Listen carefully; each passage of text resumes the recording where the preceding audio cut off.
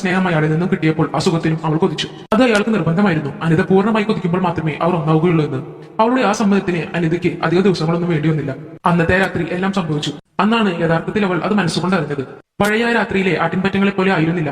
ഈ പുൽമേട്ടിൽ ആട്ടിൻപറ്റങ്ങൾ ആർത്തുല്ലസിക്കുകയായിരുന്നു. അങ്ങനെ ആ സുഖങ്ങൾ 2 ആഴ്ചയോളം നീണ്ടു നിന്നു. 12 വർഷത്തെ എല്ലാ സന്തോഷവും ഒരുമിച്ച് അനുഭവിച്ച പോലെയായിരുന്നു അവൾക്ക്.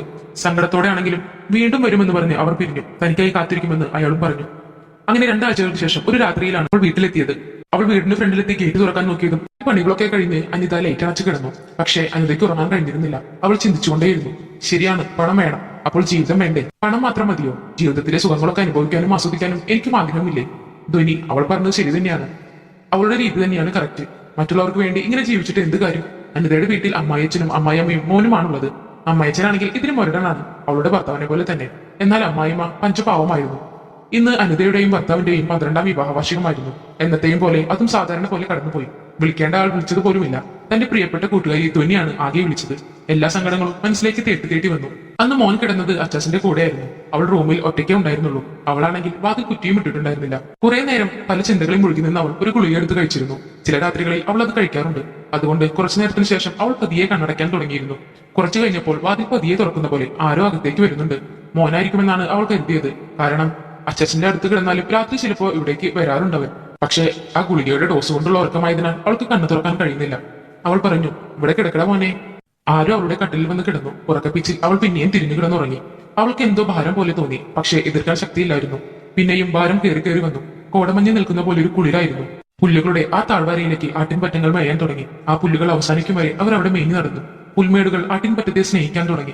എതിർക്കാനുള്ള ശക്തി അവയ്ക്കുണ്ടായിരുന്നില്ല.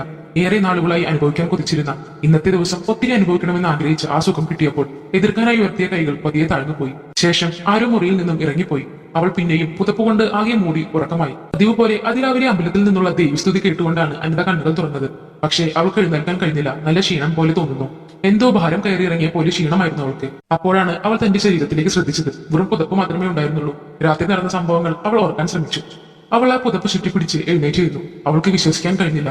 കഴിഞ്ഞ രാത്രി സംഭവിച്ച കാര്യങ്ങൾ ഒരു സ്വപ്നം പോലെയാണ് അവൾക്ക് ഓർമ്മയിൽ വരുന്നത്. കാരണം അവളുടെ മനസ്സിൽ ഇന്നലെ മുഴുവൻ ആ ചിന്തകളായിരുന്നു. അതുകൊണ്ട് അത് സ്വപ്നമാണെന്ന് കരുതാമെങ്കിലും കണ്ണിൽ കാണുന്ന അല്ലെങ്കിൽ അനുഭവിക്കുന്ന ചില സത്യങ്ങൾ അത് അവളെ അലട്ടാൻ തുടങ്ങി. ദേഹത്താണെങ്കിൽ വല്ലാത്ത വേദനയും കുഴപ്പവും. എന്ത് ചെയ്യണമെന്നറിയാത്ത അവൾ ഒരു നിമിഷം പകച്ചു നിന്നു. ആരായിരിക്കും ഇന്നലെ വന്നിട്ടുണ്ടാവുക? അവളുടെ ചിന്തകൾ ദിശ അറിയാതെ സഞ്ചരിച്ചുകൊണ്ടിരുന്നു. പെട്ടെന്ന് അമ്മയുടെ വിളി കേട്ടപ്പോഴാണ് അവൾ ക്ലോക്കിലെ സമയം നോക്കിയത്. നേരം വൈകിയിരിക്കുന്നു. അനിത ബാത്റൂമിലേക്ക് ധൃതിയിൽ നടന്നു. കുളി കഴിഞ്ഞ് വിളക്ക് വെച്ചു. പ്രാർത്ഥിച്ച ശേഷം ഒരു നുള്ളു ചന്ദനം എടുത്ത് നെറ്റിയിൽ തൊട്ടുകൊണ്ട് അടുക്കളയിലെത്തി. എന്നത്തെയും പോലെ ജോലികൾ ആരംഭിച്ചു. അപ്പോഴും അവളുടെ മനസ്സിൽ നിന്നും ആ ചിന്തകൾ അകന്നിരുന്നില്ല.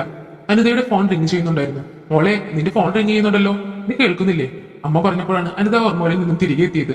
ധ്വനി കോളിംഗ് എന്ന് ഫോൺ ഡിസ്പ്ലേയിൽ തെളിഞ്ഞു കണ്ടു. അവൾ ഫോൺ എടുത്തു. അത് കണ്ടപ്പോൾ അവളുടെ മുഖത്തൊരു പുഞ്ചിരി വിരിഞ്ഞു. അനിതയുടെ ഏറ്റവും അടുത്ത സുഹൃത്താണ് ധ്വനി. ഡി ആനിവേഴ്സറി ആയിട്ട് പുള്ളിക്കാരുടെ വക എന്താ ഗിഫ്റ്റ് കിട്ടിയത്? ധ്വനി, നീ വീണ്ടും വീണ്ടും പറഞ്ഞ് ആ നശിച്ച ദിവസത്തെ കുറിച്ച് ഓർമ്മിപ്പിക്കാതെ. ഞാൻ നിന്നൊന്ന് ചൊടിപ്പിക്കാൻ പറഞ്ഞതല്ലേടി. ഇന്നലെ എത്ര ഇവിടെ കണക്കാ പുള്ളി പറഞ്ഞത്? ഒരു ചിരിയോടെ ധ്വനി ചോദിച്ചു. അതിന് ഇന്നലെ വിളിച്ചിട്ട് പോലുമില്ല. അങ്ങനെ ഒരു ദിവസത്തെ കുറിച്ച് ഓർത്താലല്ലേ? നീ അത് വിട്. നീ ഇങ്ങനെ വിഷമിച്ചിരിക്കാനാണോ പരിപാടി? ഇത്ര നാളത് തുടരും. എന്തായി ഞാൻ പറഞ്ഞ കാര്യം നീ ആലോചിച്ചോ? ശരിയാണ് നീ പറഞ്ഞത്. ഇനി ഞാൻ എന്റെ ജീവിതം നശിപ്പിച്ചിട്ട് എന്താ കാര്യം? ആർക്ക് വേണ്ടി ഞാൻ ഇങ്ങനെ ജീവിക്കണം? മകന് വേണ്ടിയോ? ആണെങ്കിലും അവൻ ഇന്നല്ലെങ്കിൽ നാളെ പുതിയൊരു ജീവിതം തേടിപ്പോകും. അപ്പൊ പിന്നെ എന്റെ ജീവിതത്തിൽ എന്താ ബാക്കിയുള്ളത്? എനിക്ക് ഓർക്കാനെങ്കിലും കുറച്ച് നല്ല നാളുകൾ വേണ്ടേ? വേണം. അത് തന്നെയാണ് ഞാനും പറഞ്ഞത്. നീ വേറൊന്നിനെ കുറിച്ചും ആലോചിക്കണ്ട. നീ വാ ഇങ്ങോട്ട്, എന്റെ അടുത്തേക്ക്. വരുന്നുണ്ട്. എനിക്ക് വേറൊരു കാര്യം കൂടി നിന്നോട് പറയാനുണ്ട്. നേരിട്ട് കണ്ടിട്ട് വേണം അത് പറയാൻ.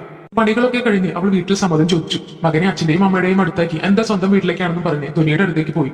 അനിതയുടെ വീട് ചെന്നൈയിലാണ്. പക്ഷെ അവൾ പോയത് ബാംഗ്ലൂരിലേക്കും. ഒരാഴ്ച കഴിഞ്ഞേ വരുള്ളൂ എന്നും പറഞ്ഞു.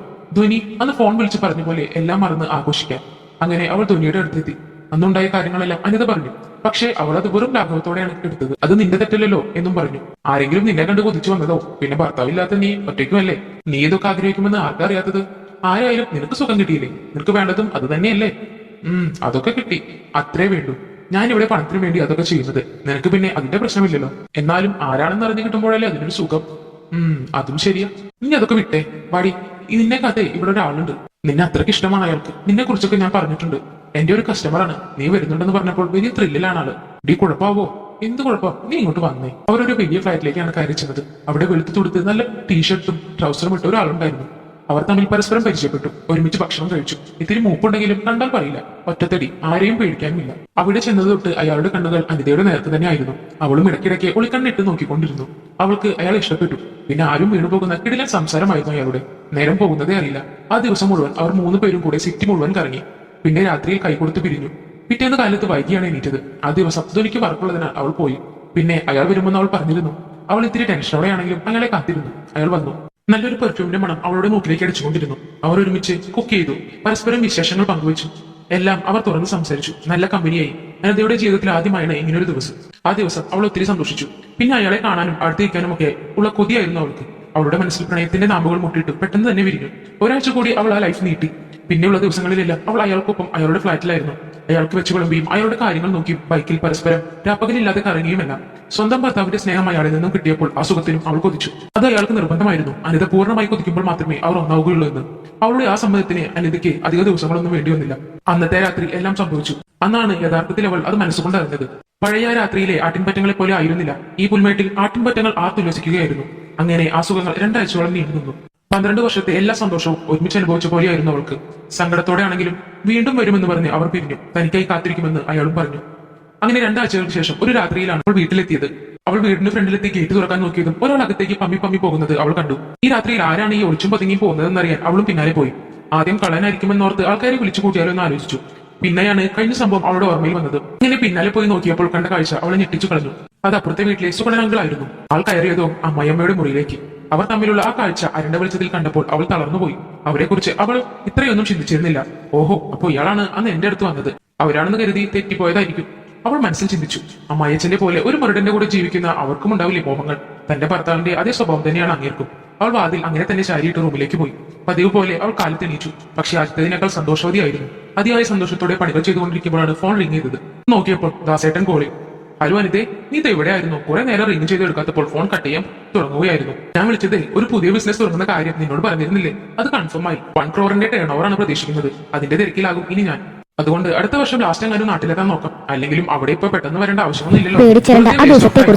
ആ സമയം ഇവിടെ നമ്മുടെ മോട്ടിവേഷൻ സ്റ്റോറി നിങ്ങൾക്ക് എല്ലാവർക്കും ഒത്തിരി ഇഷ്ടപ്പെടുമെങ്കിൽ ഇഷ്ടപ്പെടുവാണെങ്കിൽ ലൈക്ക് ചെയ്യാനും ഷെയർ ചെയ്യാനും സബ്സ്ക്രൈബ് ചെയ്യാനും മറന്നു പോകരുത്. നല്ല കാലമേ ഞങ്ങൾക്കിലേക്ക് ഇനിയും വരുന്നതായിരിക്കും.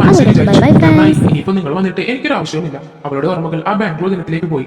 കുഞ്ഞുനാളുകളിൽ മിഠായികളോടുള്ള അതിയായ ഇഷ്ടം കൊണ്ട് വിചാരിക്കും വലുതായി പൈസ സമ്പാദിച്ചിട്ട് കുറെ മിഠായി വാങ്ങി കഴിക്കണമെന്ന്. എന്ന് കരുതി പൈസ ഉണ്ടാകുമ്പോൾ നമ്മൾ കുറെ പൈസയ്ക്ക് മിഠായി വാങ്ങി കഴിക്കാറില്ല. അതുപോലെയാണ് ജീവിതവും. ജീവിതത്തിൽ നമ്മൾ ആസ്വദിക്കേണ്ട നിമിഷങ്ങൾ ആസ്വദിക്കുക തന്നെ വേണം. അത് പിന്നീട് ആസ്വദിക്കാമെന്ന് കരുതി മാറ്റിവെക്കപ്പെട്ടാൽ മറ്റൊരു അവസരം കിട്ടിയില്ലെന്ന് വരാം. വിഡ്ഢികളായ മനുഷ്യർ ജീവിതത്തിന്റെ നല്ലൊരു ഭാഗവും പണം ഉണ്ടാക്കുന്ന നെട്ടോട്ടത്തിലാണ്. പണം വേണ്ടുവോളം ഉണ്ടാക്കിയിട്ട് ജീവിതം ആസ്വദിക്കാനിരിക്കുന്നവർ പലപ്പോഴും ജീവിക്കാൻ മറന്നു പോകുന്നവരാണ്. അപ്പോ ഇത്രയുള്ളൂ ഇന്നത്തെ കഥ. എല്ലാവർക്കും ഇഷ്ടപ്പെടുമെന്ന് ഞാൻ വിശ്വസിക്കുന്നു. ഇഷ്ടപ്പെടുവാണെങ്കിൽ ലൈക്ക് ചെയ്യാനും ഷെയർ ചെയ്യാനും സബ്സ്ക്രൈബ് ചെയ്യാനും മറന്നു പോകരുത്. ഇതിലും നല്ലൊരു കഥയുമായി ഞാൻ നാളെ വീണ്ടും വരുമായിരിക്കും. അപ്പോൾ എല്ലാവർക്കും നല്ലൊരു ശുഭരാത്രി നേർന്നുകൊണ്ട് ബൈ ബൈ ഫ്രണ്ട്സ്.